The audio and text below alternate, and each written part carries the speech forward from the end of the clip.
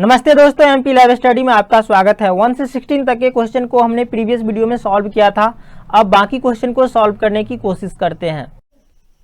Question है, यदि किसी संख्या n को 2 अंकों के भाजक से भाग दिया जाए तो 24 शेष रहता है। यदि 5n को भाजक से भाग दिया जाए तो 20 शेष रहता है। तो भाजक d का कौन सा मान संभव है। ठीक है, तो यहाँ पे सबसे पहले यदि हम n को किसी भाजक d से भाग देते हैं तो हमारा शेषफल कितना आता है, 24 आता है। ठीक है, अब हम क्या करते हैं तो 5n को भाजक से भाग देते हैं। तो यहाँ पे हम 5n में भाग देंगे। यदि 5n को भाजक से भाग देते हैं, इसी भाजक से d से यदि हम 5n को भाग देते हैं तो हमारा रिमाइंडर कितना आता है, 20। लेकिन अगर दूसरी तरह से हम रिमाइंडर निकालें तो हम क्या करेंगे, तो इस यहाँ पे 5 से मल्टीप्लाई किए हैं तो यहाँ से भी क्या करेंगे, यहाँ पे भी क्या करेंगे, तो इसको 5 से मल्टीप्लाई करेंगे और d से भाग देके भाजक निकाल सकते हैं। ठीक है, तो यहाँ पे यदि हम 5 से इसको मल्टीप्लाई करेंगे तो ये हो जाएगा 24 पंचे 120। अब इसमें हम भाजक से यदि भाग देते हैं, इसमें यदि हम भाजक से भाग देते हैं d से, तो हमारा रिमाइंडर कितना आ रहा है यहाँ पे, तो 20 आ रहा है। ठीक है, तो यहाँ पे हमने क्या लिया होगा, यहाँ पे क्या घटाया होगा, 100। ठीक है, इसका मतलब क्या होगा, तो हमारा पहला भाजक तो हो सकता है कितना, 100। तो d हमारा कितना हो सकता है, 100, क्योंकि यहाँ पे हम लगाया 100 को एक बार लगाया, 100 1 जा 100, मतलब d के जगह पर हम 100 से लगाया। यहाँ पे d के स्थान पे हमने 100 लिया तो 100 से लगाया तो हमारा 20 यहाँ पे रिमाइंडर हो गया। ठीक है, लेकिन ये जो है 100, इसका कोई फैक्टर भी भाजक हो सकता है। ठीक है, तो इसका फैक्टर कौन कौन सा हो सकता है, तो 50 हो सकता है, 25 हो सकता है, 20 हो सकता है। ठीक है, तो यहाँ पे यदि हम ऑप्शन में चेक करें तो हमारा यहाँ पे 25 मिल रहा है। ठीक है, तो ये हमारा सही आंसर होगा, ये 25। और यहाँ पे ये 25 जो है 2 बार लिखा गया है, तो हम किसी को दूसरा बना देते हैं, यहाँ पे इसको 20 बना देते हैं। ठीक है, तो हमारा ये आंसर सी सही हो जाएगा, यहाँ पे 25। तो 25 इसका भाजक हो सकता है। ठीक है, यदि n को 13 से भाग दिया जाए तो शेषफल 7 आता है। तो 2n को 13 से भाग दिया जाए तो शेषफल क्या होगा, तो यहाँ पे n को 13 से भाग दे रहे हैं तो शेषफल 7 बच रहा है। तो n के 2 गुने को तो हम क्या करेंगे, 7 को 2 गुना कर देंगे तो ये हो जाएगा कितना, तो 14 हो जाएगा। और 14 में हम यहाँ पे 13 से भाग देकर चेक करेंगे तो हमारा शेषफल कितना आएगा, तो हमारा शेषफल आएगा 1, और ये हमारा सही आंसर हो जाएगा ऑप्शन बी। इसी संख्या n में भाजक से भाग देने पर शेषफल 7 बचता है और उस संख्या में भाजक के 2 गुने से भाग देने पर 20 शेष बचता है, तो भाजक ज्ञात करें। यहाँ पे हम n में किसी भाजक से भाग दे रहे हैं, d से भाग दे रहे हैं, तो हमारा शेषफल कितना आ रहा है, 7। ठीक है, मान लेते हैं यहाँ पे हमारा भागफल x आया, तो हम इसे ऐसे लिख सकते हैं, n = dx + 7। अब यहाँ पे बोल रहा है कि उस संख्या में भाजक के 2 गुने से भाग देने पर, मतलब उसी संख्या में हम 2d से यदि भाग देते हैं भाजक के 2 गुने से, तो हमारा शेषफल कितना आ रहा है, तो 20। यहाँ पे मान लेते हैं कि हमारा भागफल y आ रहा है, तो हम इसे n को लिख सकते हैं 2dy + 20। अब ये दोनों तो समान है, ये भी n है, ये भी n है, मतलब कि हम यहाँ पे d से भाग दे रहे हैं तो 7 शेषफल आ रहा है। मतलब कि यहाँ पे हम d से यदि भाग देंगे तो हमारा शेषफल कितना आएगा, 7। तो यहाँ पे हम d से इसको भाग दे देते हैं, d से भाग देते हैं तो हमारा शेषफल 7 आना चाहिए। तो यहाँ पे d से तो पूर्ण रूप से भाग लग जाएगा पूरी, लेकिन यहाँ पे यदि हम d से भाग देंगे तो हमारा शेषफल 7 आना चाहिए। तो कितना से भाग देंगे, तो 7 आएगा शेषफल। तो यदि हम 13 से भाग देते हैं यहाँ पे, ठीक है, तो हमारा शेषफल कितना आएगा, 7। ठीक है, तो हमारा भाजक कितना हो गया, तो 13। तो ये हमारा सही आंसर हो जाएगा ऑप्शन सी 13। यहाँ है, विभाजन की प्रक्रिया में भाजक भागफल का 12 गुना है और शेषफल का 5 गुना है। यदि शेषफल 36 है तो भाज्य क्या होगा? तो यहाँ पे हमारा शेषफल दिया है, शेषफल कितना है? तो हमारा 36 है, और बोल रहा है कि भाजक शेषफल का 5 गुना है, तो हमारा भाजक कितना होगा? तो ये शेषफल का 5 गुना है, मतलब कि 36 पंचे 180 हो जाएगा। अब बोल रहा है कि ये हमारा भाजक जो है भागफल का 12 गुना है, ठीक है। तो हम भागफल निकाल लेंगे तो क्या होगा हमारा? तो भागफल होगा, तो हम क्या करेंगे, 180 में 12 से भाग दे देंगे, तो हमारा कितना आएगा? ये 15, ठीक है। अब जो है हमें भाज्य निकालना है, तो भाज्य बराबर क्या होता है? तो ये होता है भाजक गुने भागफल, मतलब कि 180 और गुने 15 और प्लस शेषफल, मतलब कि 36, ठीक है। अब इसको यदि हम गुना करेंगे 18 को 15 से, तो ये कितना होगा? ये होगा 18 पंचे 90, 18 को 18 और यहाँ पे 9 27, 270 और यहाँ पे ये 0 प्लस 36, तो यहाँ पे हो जाएगा ये 2736। ये हमारा सही आंसर हो जाएगा 2736। यदि किसी संख्या n को 2 अंकों के भाजक से भाग दिए जाए तो 52 शेष रहता है।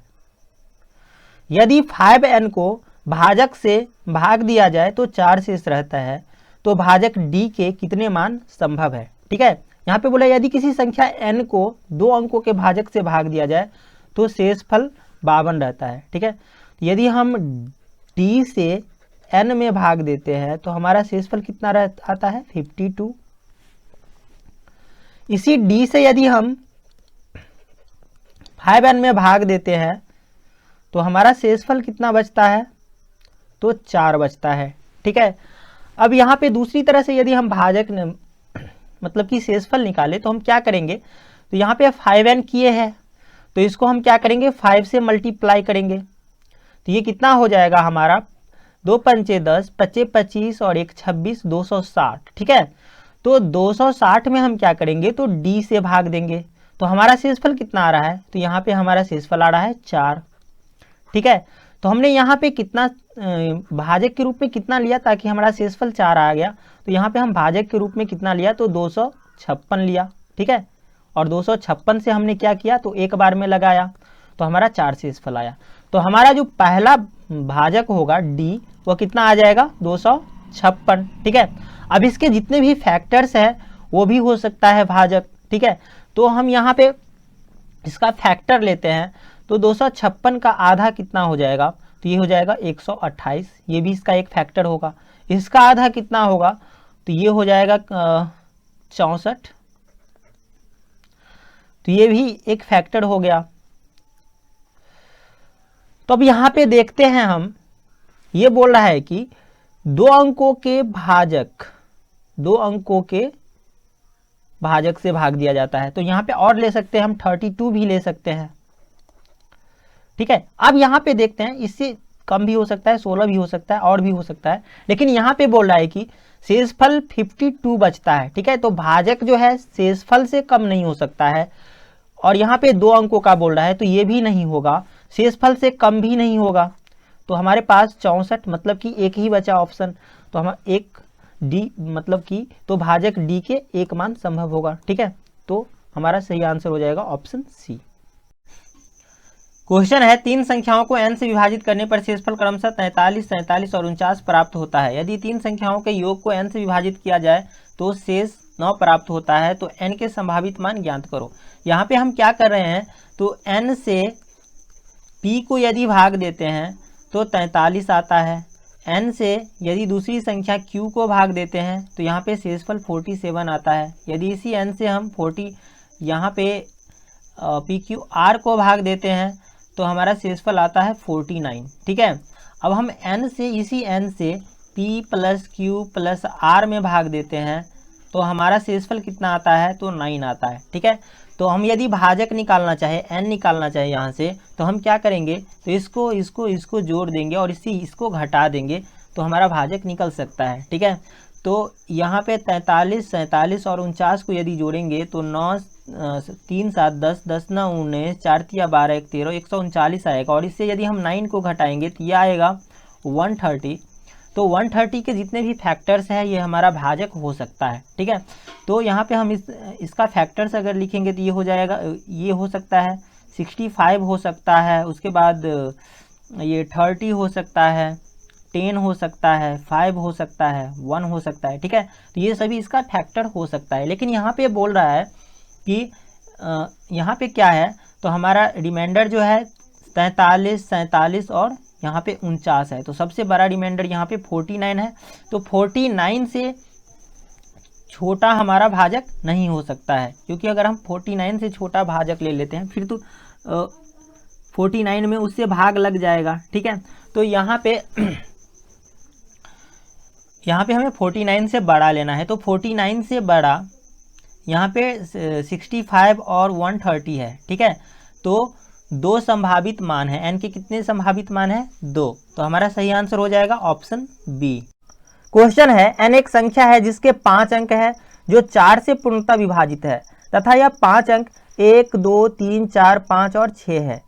किसी भी अंक की पुनरावृत्ति नहीं की गई है, तो बताओ एन के कितने मान संभव है। ठीक है, तो हमें 5 अंकों की संख्या बनानी है। ठीक है, जो 4 से पूर्णतः विभाजित हो और हम 1 से लेके 6 तक के इस अंकों में से ही किसी अंक का यूज करते सकते हैं। यहाँ पे हम अंक जो है 1 2 3 4 5 6 इन्हीं में से ले सकते हैं। ठीक है, और किसी भी अंक को रिपीट नहीं कर सकते, मतलब किसी भी अंक को बार बार यूज नहीं कर सकते हैं।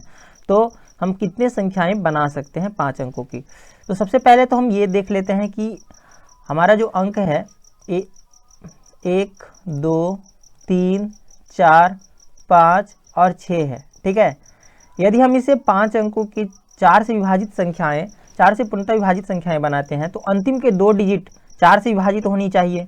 तो अंतिम के 2 डिजिट क्या क्या हो सकता है, इसमें से क्या क्या बन सकता है? तो सबसे पहले तो ये 12 बनेगा, 4 से विभाजित 12। उसके बाद यहाँ पे 4 जोड़ जोड़ के चेक करते हैं, 12 4 16 बन सकता है। ठीक है, 20 तो बन नहीं सकता है, इससे 24 बनेगा। 28 तो नहीं बन सकता है, 32 बन सकता है। यहाँ पे 36 बन सकता है। उसके बाद 40 तो नहीं बन सकता है, 44 भी नहीं बनेगा, क्योंकि एक ही बार हमें यूज़ करना है एक डिजिट को। उसके बाद 48 भी नहीं बन सकता है, 52 बन सकता है, यहाँ पे 56 बन सकता है, 60 तो नहीं बन सकता है, 64 बन सकता है। और इससे आगे तो हम बना नहीं सकते हैं। ठीक है, क्योंकि इसके बाद आ जाता है 70, तो यहाँ पे तो 7 नहीं है, तो इससे आगे 7 8 ये सब आएगा, डिजिट तो है नहीं। तो अंतिम अंत के 2 डिजिट ये सब हो सकते हैं। ठीक है, 12 16 24 32 36 52 56 64। ठीक है, अब हमारे पास 4 अंक बच जाते हैं। मान लेते हैं कि यहाँ पे हमने ये 1 और ये 2 अंतिम 2 डिजिट यूज कर लिया, तो हमारे पास कितने बचेंगे? ये 3 4 5 और 6। ठीक है, इनमें से 3 4 5 6 में से हमें 3 डिजिट करके संख्या लिखना है। ठीक है, तो हम यहाँ पे देख लेते हैं, 3 डिजिट करके संख्या लिखना है। तो यहाँ पे 3 डिजिट करके अगर हम लिखेंगे तो हम इस तरह से लिख सकते हैं इसको, 3 4 5, ये 3 4 5। फिर हम ये लिख सकते हैं 3 4 6 3 4 6, ऐसे लिख सकते हैं। फिर यहाँ से हम 3 5 6 भी लिख सकते हैं, 3 5 और 6। और यहाँ से हम लिख सकते हैं 4 5 6। ठीक है, 4 5 6। तो इससे हम एक एक डिजिट करके इस तरह की संख्याएं लिख सकते हैं। ठीक है, अब इसको रिपीट नहीं करना है, ऐसे 4 3 5 ये नहीं चेक करना है। अब चेक करेंगे इसको, तो यहाँ से 4 बार लिख सकते हैं हम, ये। अब ये जो हमारा बना है 3 4 5, इससे हम 6 संख्याएं बना सकते हैं। ठीक है, एक तो ये खुद हो जाएगा 3 4 5। ठीक है, ये 3 4 5 होगा। इसके बाद हम ये लिख सकते हैं, 3 को पहले यूज़ करेंगे तो 3 5 4 भी लिख सकते हैं। ठीक है, अब हम 4 को यूज़ करेंगे तो 4 3 5 लिख सकते हैं और 4 5 3 भी लिख सकते हैं। अब यहाँ हम 5 को पहले यूज़ करेंगे तो 5 3 4 लिख सकते हैं, ठीक है, और 5 4 3 भी लिख सकते हैं। तो यहाँ से हम 6 यानी कि 6 संख्याएं लिख सकते हैं 3 अंकों की, ठीक है, यहाँ से। अब इसको हम इस पे लगाएंगे, यदि ये जो हमारा है 6, इसको यदि हम इस पे लगाएंगे तो क्या बनेगा, तो हमारा 6 संख्या बन जाएगा, ठीक है, इसको लगाएंगे तो 6 संख्या। फिर यदि इसको भी लगाएंगे तो यहाँ से भी हमारा 6 बनेगा, यहाँ से 6 बन रहा है, यहाँ से भी 6 बनेगा, यहाँ से भी 6 बनेगा, यहाँ से भी बनेगा, तो कुल हमारा कितना बन गया, तो 24 बन गया यहाँ से, ठीक है। ये 3 अंकों की 24 संख्याएं बनती है। अब इसमें इसके पीछे हम लगा देंगे ये 3 अंक की 24 संख्याएं बारी बारी से, तो हमारा कितना यहाँ से आएगा, कितना, तो 24 नंबर, यहाँ से भी हमारा 24 नंबर आ जाएगा, और यहाँ से भी आएगा। तो हम इसको गिन लेंगे 1 2 3 4 5 6 7 8, ठीक है, तो 8 है, और 8 बार हमें 24 नंबर प्राप्त होगा, तो कितना हो जाएगा, तो 192 हो जाएगा। ये हमारा सही आंसर हो जाएगा, ठीक है, ऑप्शन सी। तो इस तरह से हमें ये याद रखना है कि हम जो है इस 3 डिजिट से ऐसी संख्या जिसमें एक लेटर को हम एक ही बार लिख सकते हैं, तो 3 डिजिट से 6 3 अंकों की संख्याएं लिखी जा सकती है, ठीक है, इस तरह से। और हम ये भी याद रख सकते हैं कि यहाँ पे कितना है, 4 अंकों से हमने बनाया, तो 4 अंक से हम कुल 24 जो है 6 अंकों की संख्याएं बना सकते हैं, ठीक है। तो यहाँ पे 4 अंकों से 24 6 अंकों की संख्याएं बना सकते हैं, और यहाँ पे हम 2 डिजिट, अंतिम 2 डिजिट ये सब आएगा 12 16 24, तो ये 8 बार है, यानी कि 8 टाइप का है, ये 8 है, तो 8 को हम 24 से गुना कर देंगे तो 192 आ जाएगा, ठीक है, तो हमारा ये सही आंसर हो जाएगा। क्वेश्चन है, 3 संख्याओं को d से विभाजित करने पर शेषफल क्रम से 51 11 और 32 बचते हैं। 3 संख्याओं के योग को जब d से विभाजित किया जाता है तो शेष 42 रहता है, तो d कैसे कितने मान संभव है, ठीक है। तो हम यहाँ पे संख्या को अलग अलग d से विभाजित करते हैं, तो 51 11 और 32 शेष बचता है, तो हम इसको क्या करेंगे, तो जोड़ देंगे। यहाँ से कितना हो जाएगा, ये 51 + 11 + 32, और इससे तीनों संख्याओं के योग में जब d से भाग देते हैं तो हमारा शेषफल कितना बचता है, 42, तो 42 को घटा देंगे, तो ये हमारा जो है भाजक निकल सकता है, ठीक है। अब क्या करेंगे, तो इसको जोड़ेंगे, ये कितना हो जाएगा, तो ये हो गया 1 1 2 2 4 5 1 6 6 और 3 9, 94 से यहाँ पे 42 को घटाएंगे तो ये 2, 9 से 4 गया तो 5, 52 आया, ठीक है। तो ये हमारा भाजक 52 हो जाएगा। लेकिन यहाँ पे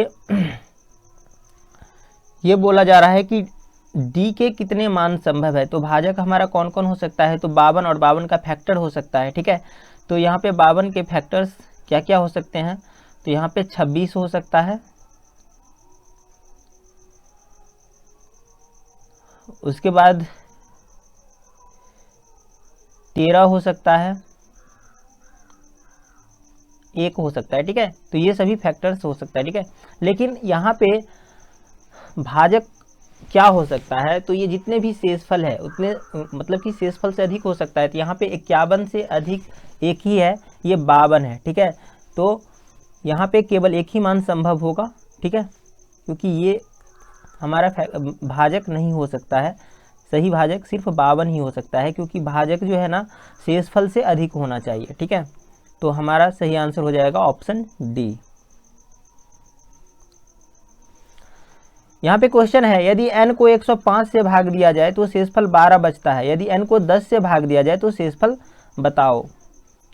यदि हम n को 105 से भाग देते हैं तो शेषफल 12 बचता है, ठीक है।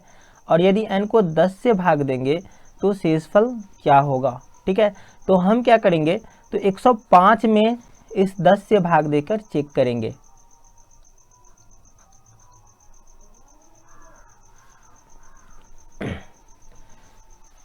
एक 105 में 10 से भाग देकर चेक करेंगे।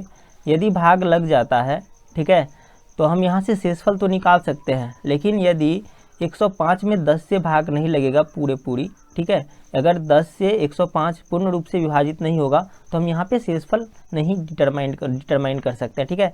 तो ये जो है कांट भी डिटरमाइंड होगा, ये हमारा आंसर ऑप्शन डी सही आंसर होगा, क्योंकि यहाँ 10 से 105 में भाग नहीं जा रहा है।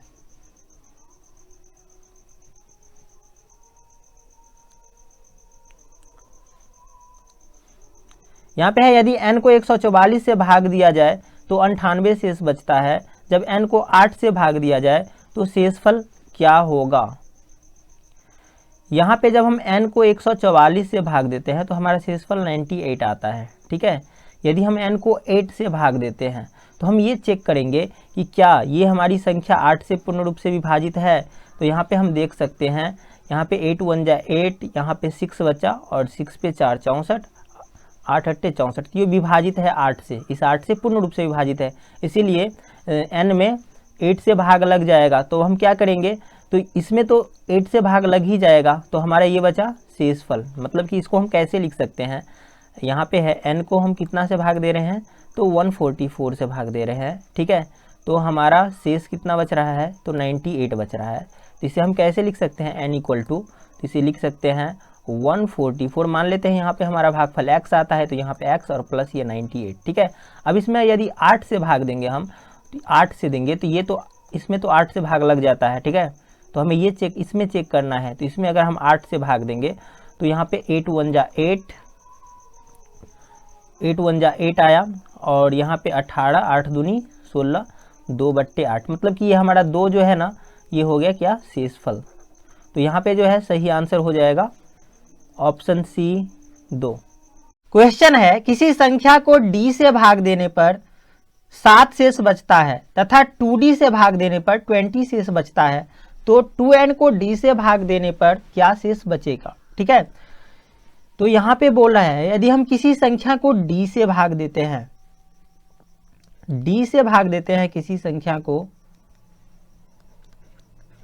n को, तो हमारा शेषफल बचता है 7। मान लेते हैं यहाँ पे हमारा भागफल x आ रहा है, तो हम n को लिख सकते हैं कितना, तो dx प्लस 7।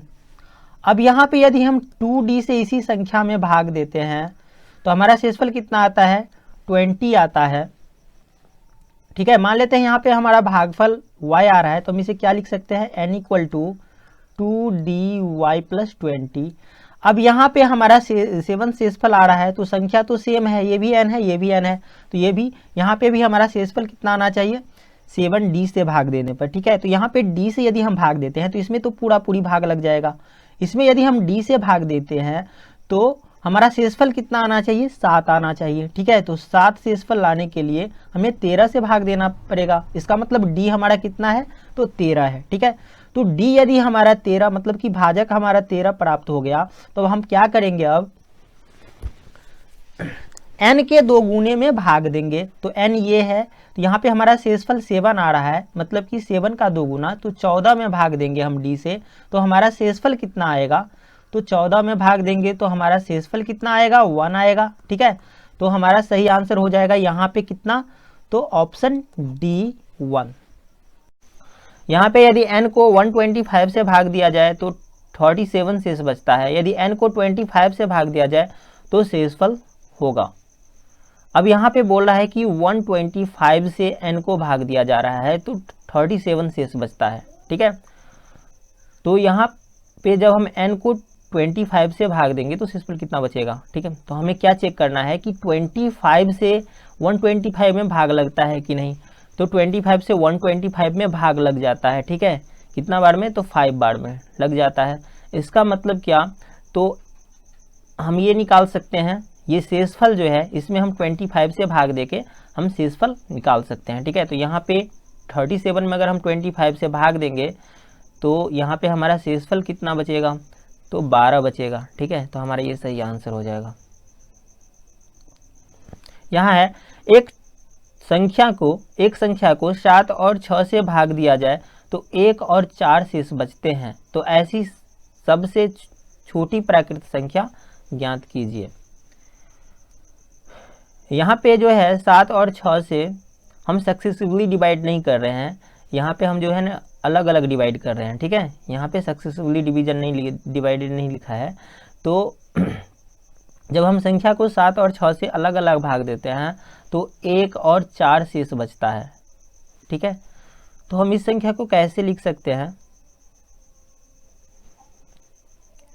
तो इस क्वेश्चन को हम ऑप्शन देखकर सॉल्व कर सकते हैं। ठीक है, ऐसे हमें ज़्यादा समय लग सकता है सॉल्व करने में।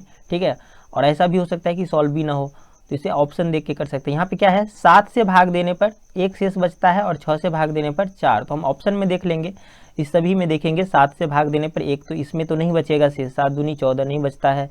यहाँ पे 7 या 1 इसमें पूरी भाग ले देता है, 7 दूनी ये नहीं होता है। यहाँ पे 7 या 1 7 से भाग देने पर 1 यहाँ पे शेष बचता है, ठीक है। अब इसमें हम क्या करेंगे, तो 6 से भाग देकर देखते हैं। तो 6 18 और 4 22, यहाँ पे 4 शेष बचता है 6 से भाग देने पर भी, तो हमारा सही आंसर हो जाएगा ऑप्शन डी। दो अलग अलग संख्या को 42 से भाग देने पर शेषफल क्रमशः 35 एवं 27 प्राप्त होता है।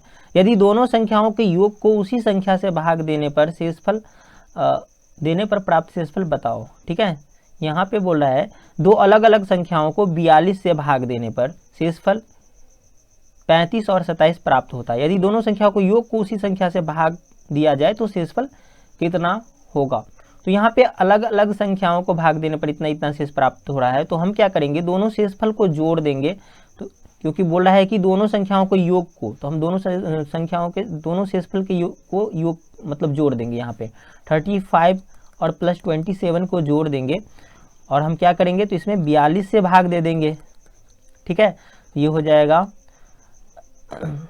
5 और 7 12, 3 2 5 1 6 62, तो 1 बार में लगेगा यहाँ पे 42 से, ये 0 और ये 6 में से 4 गया तो 2, हमारा 20 शेषफल आ जाएगा, ठीक है, सही आंसर।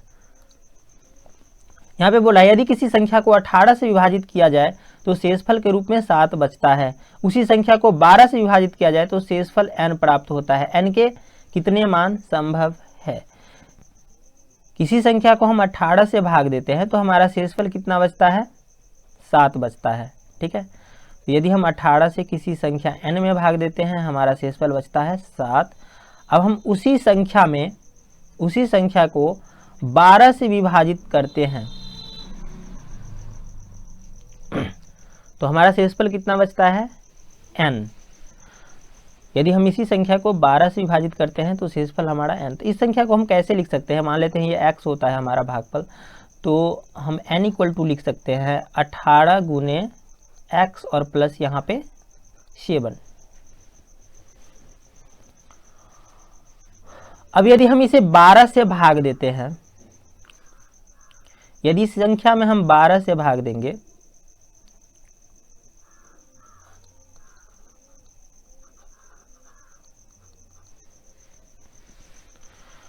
तो यहाँ पे यदि हम कोई भी वैल्यू रखेंगे 1 2 3 4 5 6 7 कुछ भी, ठीक है, तो प्रत्येक स्थिति में यहाँ पे 18x में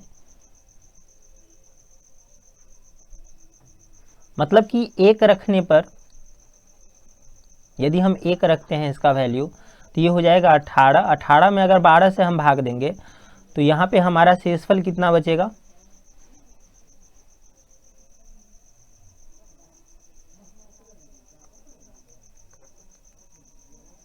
यहाँ पे हमारा शेषफल 6 और इसमें यदि हम 7 को जोड़ेंगे, यदि हम इसमें अगर 7 को जोड़ेंगे तो ये 13 हो जाएगा और यहाँ से हमारा शेषफल कितना निकलेगा, 1, ठीक है। और यदि हम इसका वैल्यू 2 रखते हैं तो ये 18 दूनी 36 हो जाता है और ये 12 या 36 इसमें तो कट जाएगा पूरे, ठीक है, 12 या 36 ये कट जाएगा और हमारा शेषफल कितना आ जाता है, तो 7 आ जाता है, ठीक है। फिर यदि हम x के जगह पे 3 रखेंगे तो ये हो जाएगा 18 त्रिक 54 और यहाँ पे 12 से यदि हम भाग देते हैं तो 12 या 36, 12 चौक 48 आता है और यहाँ पे भी हमारा कितना होगा, तो शेषफल 6 और ये 7 जुड़ के हो जाएगा कितना, 13 और हमारा शेषफल कितना आएगा, 13 में 12 से भाग देंगे तो 1 आएगा, ठीक है। तो इसी तरह से हमारा शेषफल, यदि हम यहाँ पे x का वैल्यू ऑड रखते हैं तो हमेशा शेषफल 1 आएगा। यदि x का वैल्यू हम इवन लेते हैं तो हम हमेशा शेषफल कितना आएगा, तो 7 आएगा, ठीक है। तो इस तरह से हमारे 2 मान संभव हो सकते हैं, तो हमारा सही आंसर हो जाएगा 2। अंक 2 3 4 5 6 7 को प्रयोग करके 5 अंकों की ऐसी कितनी संख्याएं बनाई जा सकती है जो 12 से पूर्णतः विभाजित हो।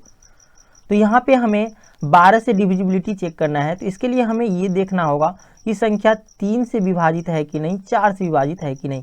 तो 12 से पूर्णतः विभाजित होने के लिए संख्या को 3 से भी और 4 से भी पूर्णतः विभाजित होनी चाहिए। ठीक है, तो सबसे पहले हम देख लेते हैं संख्या 3 से विभाजित कब होगा। ठीक है, तो यहाँ पे हम सभी डिजिट को लिख लेते हैं 2, 3, 4, 5, 6 और 7, और सभी डिजिट को हम जोड़ लेते हैं आपस में। तो यहाँ पे कितना हो जाएगा, 2, 3, 5, 4, 9, 5, 14, 6, 20 एंड 7, 27 आ जाता है। और ये 3 से विभाजित है पूर्ण रूप से। लेकिन हमें 5 अंकों की संख्याएं बनानी है, तो इसमें से हमें एक डिजिट स्किप करना पड़ेगा। तो एक डिजिट कौन सा स्किप कर सकते हैं ताकि संख्या 3 से पूर्णतः विभाजित हो। तो यहाँ पे हम क्या करेंगे, तो 27 से यदि हम 3 को हटा देते हैं तो भी यहाँ पे हमारा 24 होता है और ये 3 से विभाजित होता है। या तो हम क्या करेंगे, 27 से, चूंकि ये 3 से पूर्णतः विभाजित है तो 3 का गुणज ही हमें घटाना पड़ेगा। तो हम यहाँ पे 6 घटा सकते हैं तो 21। ठीक है, तो ये भी 3 से विभाजित होगा। 27 से यहाँ पे 9 नहीं घटा सकते, इस पे 9 है नहीं। ठीक है, तो हम 3 को और 6 को स्किप कर सकते हैं। तो यदि हम यहाँ पे 3 को स्किप करेंगे तो हमारा ये बनेगा 2, तो ये हमारा 5 डिजिट बचेगा 2, 4, 5, 6, 7। ठीक है, और यदि हम 6 को स्किप करते हैं तो ये बनेगा 2, 3, 4, 5 और 7। ठीक है, हाँ, तो ये हमारा 5 डिजिट है और ये हमारा 5 डिजिट है। तो अब हम इस 5 डिजिट से जो संख्या बनाएंगे तो हमें ये चेक करना है कि हमें ये देखना है कि अंतिम 2 डिजिट जो है ये 4 से विभाजित होना चाहिए। ठीक है, तो हमने 3 से तो डिविजिबिलिटी पहले ही चेक कर लिया, अब 4 से चेक करना है, मतलब कि अंतिम 2 डिजिट हमें 4 से विभाजित लेना है। ठीक है, तो हम कौन कौन से ले सकते हैं, तो यहाँ पे हम थोड़ा जगह बना लेते हैं। तो यहाँ पे हम ले सकते हैं 24, उसके बाद यहाँ पे 24 ले सकते हैं और 52 ले सकते हैं, यहाँ से हम 56 ले सकते हैं, उसके बाद 64 ले सकते हैं, 72 ले सकते हैं और 76 ले सकते हैं यहाँ से। और यहाँ से क्या ले सकते हैं, तो यहाँ से हम 24 ले सकते हैं, 32 ले सकते हैं और यहाँ से 52 ले सकते हैं और यहाँ से हम ले सकते हैं 72। तो यहाँ से 6 और यहाँ से कुल 4, तो हम 10 ले सकते हैं दोनों मिला के। अब हमारे पास जो 3 डिजिट इसमें बचेगा और इसमें भी 3 डिजिट बचेगा, जो कुछ भी 3, यहाँ पे तो 2 डिजिट ले लिया हमने, अंतिम 2 डिजिट, और 3 डिजिट बन जाएगा 5 अंक की संख्या बनाने के लिए। तो ये 3 डिजिट से हम 6 संख्याएं बना सकते हैं। 3 डिजिट से कितना बना सकते हैं, हम 3 अंकों से 6 संख्याएं बना सकते हैं। इसमें भी 3 अंकों से 6 संख्याएं बना सकते हैं। ठीक है, तो यहाँ पे तो 10 आया, 10 को हम क्या करेंगे, 6 से मल्टीप्लाई करेंगे तो हमारा कितना नंबर आएगा, तो 60 आ जाएगा। तो हमारा डी सही आंसर हो जाएगा। ठीक है, तो इस तरह से हम लोग क्वेश्चन को सॉल्व करेंगे। क्वेश्चन है, भाग के प्रश्न में भाजक भागफल का 4 गुना और शेषफल का 2 गुना है।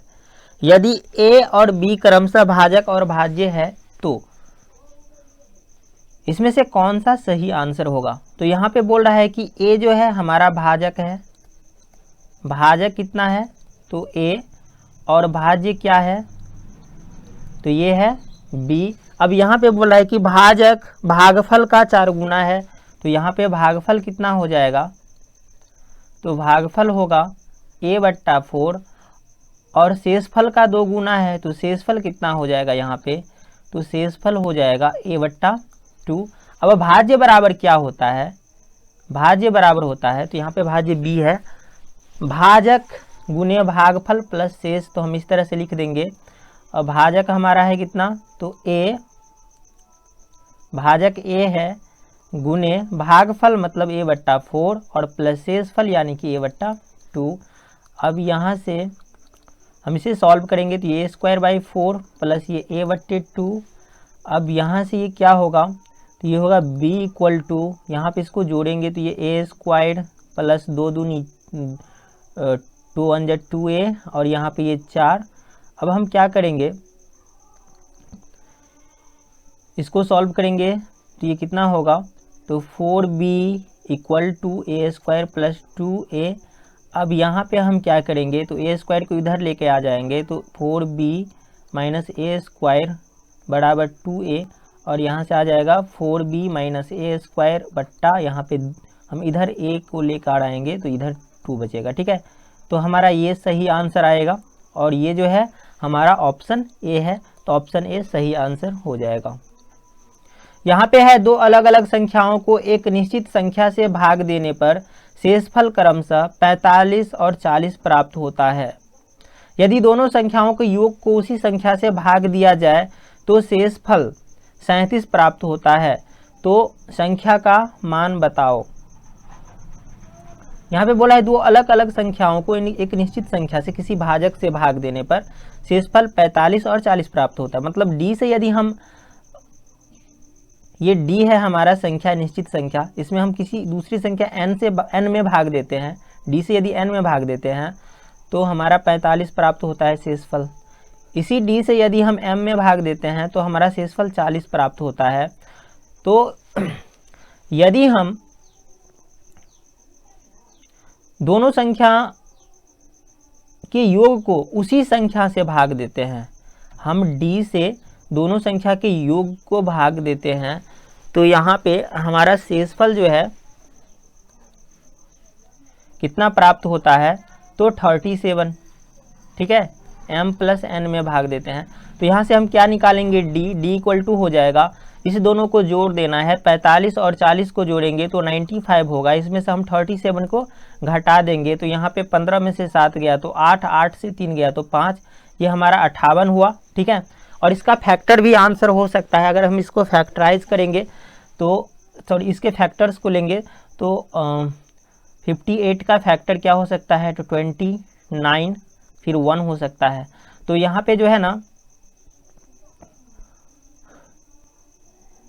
लेकिन हमारा भाजक जो है कभी भी शेषफल से अधिक होना चाहिए, जो हमारे पास 58 है, तो ये दोनों तो नहीं हो सकता, ये नहीं हो सकता इधर, तो यहाँ पे 58 जो है सही आंसर हो जाएगा, हमारा ऑप्शन बी सही आंसर हो जाएगा।